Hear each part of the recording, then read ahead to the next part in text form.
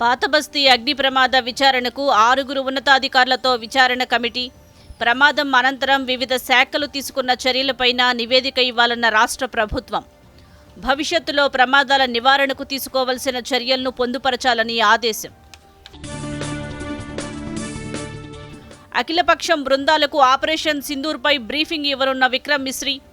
ఉగ్రవాదానికి వ్యతిరేకంగా భారతదేశ వైఖరిని ప్రపంచ దేశాలకు వివరించనున్న భారత్. మిస్ వరల్డ్ పోటీల్లో భాగంగా నేటి నుంచి 2 రోజుల పాటు కాంటినెంటల్ ఫినాలే. సుందరీమణుల ప్రతిభకు పరీక్ష పెట్టేలా టీ హబ్ వేదికగా జరుగుతున్న పోటీలు. మినీ అంగన్వాడీలను అంగన్వాడీలుగా గుర్తించాలని హరీష్ రావు డిమాండ్.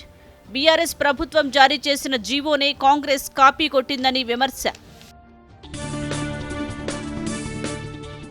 బియ్యం ఉత్పత్తిలో అగ్రస్థానంలో నిలిచిన భారత్.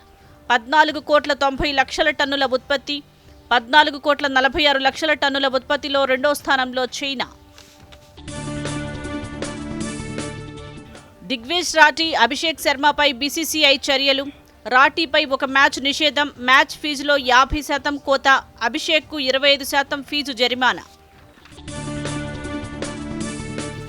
దేశంలోని పలు రాష్ట్రాల్లో భారీ వర్షాలు. అసోం, కర్ణాటక రాష్ట్రాలను ముంచెత్తుతున్న వరదలు. బెంగళూరులో 10.4 సెంటీమీటర్ల వర్షం. తెలంగాణకు ఓ మోస్తరు నుంచి భారీ వర్ష సూచన.